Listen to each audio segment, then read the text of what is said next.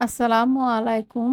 আমাদের মন অনেকটা কৃপণ নদীর মতো। সামান্য অভিমানেও দূরত্বের সেতু গড়ে তুলি। কাছের মানুষ ঘর থেকে বেরিয়ে গেলে কেমন অনায়াসে সঙ্গে সঙ্গে দরজা বন্ধ করে দিই। কাছের মানুষ ঘর থেকে বেরিয়ে গেলে সঙ্গে সঙ্গে দরজা বন্ধ করতে নেই। বিপরীত প্রান্তের মানুষটাকে সময় দেওয়া উচিত। তার কোনো অনুভূতি চিরস্থায়ী নয়। আবার ঋতু পরিবর্তন হবেই। হাজার মন খারাপকে উপেক্ষা করে অপেক্ষা করতে হয়। ঠিক যেভাবে স্টেশনে পৌঁছেও ট্রেন মিস করলে আমরা পরের ট্রেনের জন্য অপেক্ষা করে থাকি। মনে রেখো, শেষ বলে কিছুই হয় না। ঠিক যেমন সামান্য ভুলের প্রয়োজনে সময়টা বেরিয়ে গেলেও আবার সেই সময় ফিরে আসে। টিকিটের লাইনে একদম শেষে দাঁড়িয়ে থাকা ব্যক্তিটাও ধৈর্য ধরে দাঁড়িয়ে থাকলে একসময় ঠিকই কাউন্টারের সামনে পৌঁছে যায়।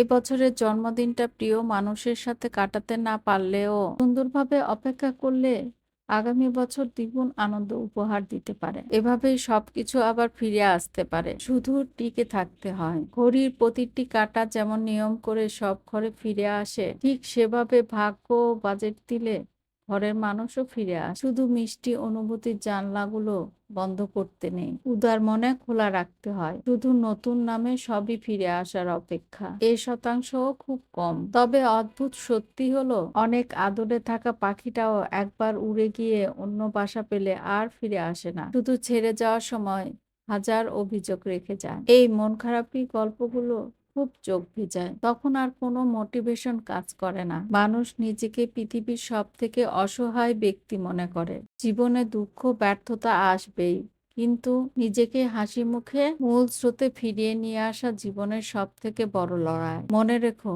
ভালোবাসাও একটা অধ্যবসায়। অত সহজে সে অধ্যায় সমৃদ্ধ হয় না। পৃথিবীর উন্নতি হয়েছে, কিন্তু অনুভূতির সৃষ্টিগুলোর মেশিন আবিষ্কার হয়নি। আমাদের মনে একমাত্র তার সৃষ্টিকর্তা। তাকে নিয়ন্ত্রণ করতে পারলে সবকিছু সম্ভব। সামান্য মান অভিমানের সম্পর্কের বাঁধন আলগা হয়ে দিতে নেই। ভালোবাসা বাঁচিয়ে রাখার জন্য অন্তত একজনকে নির্লজ্জ হতেই হয়। যতক্ষণ না তোমার আত্মসম্মানে আঘাত লাগে ততক্ষণ নত হয়েই থাকো, কারণ শেষটা সুন্দর হলেই শান্তি। সত্যি বলতে ভালোবাসা ভিটামিনের মতো, একটা মৃত মানুষকেও হাসতে শেখায়। আবার এই ভিটামিনের রোগ ভয়ঙ্কর। তাই ভালোবাসায় অভ্যাস হওয়ার আগে মাঝে মাঝে নিজেকে সরিয়ে নিতে হয়, নিজেকে ব্যস্ত করে নিতে হয় নিজের লক্ষ্যে। তখন আর কোনো মানুষকে না, কোনো শিল্পকে আশ্রয় করে নিতে হয়। কারণ তুমি যদি নিজেকে একবার ভালোবাসতে শিখে যাও, তাহলে ঘরের জানালা খুলেও বাইরের পৃথিবীর দিকে তাকাতে ইচ্ছে করবে না। তোমার মতো সুখী মানুষ কেউ হবে না তখন। কিন্তু দুঃখজনক হলো,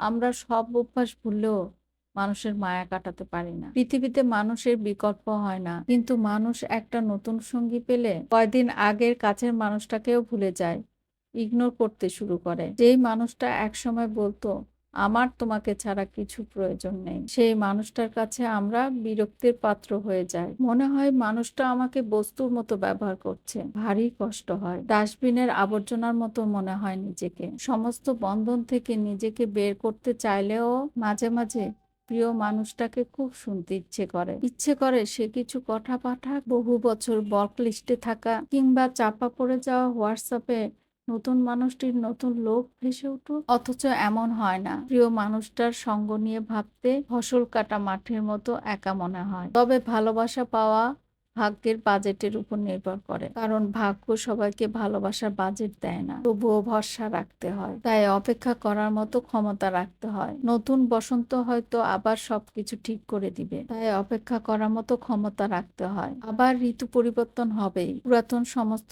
চাওয়া হয়তো আবার নতুন রূপে ফিরে আসবে। প্রিয় মানুষটা ঘর থেকে বেরিয়ে গেলেও সঙ্গে সঙ্গে মনের দরজা বন্ধ করতে নেই। সম্পর্কের পুরনো চাবিকাঠি খুব যত্ন করে রাখতে হয়।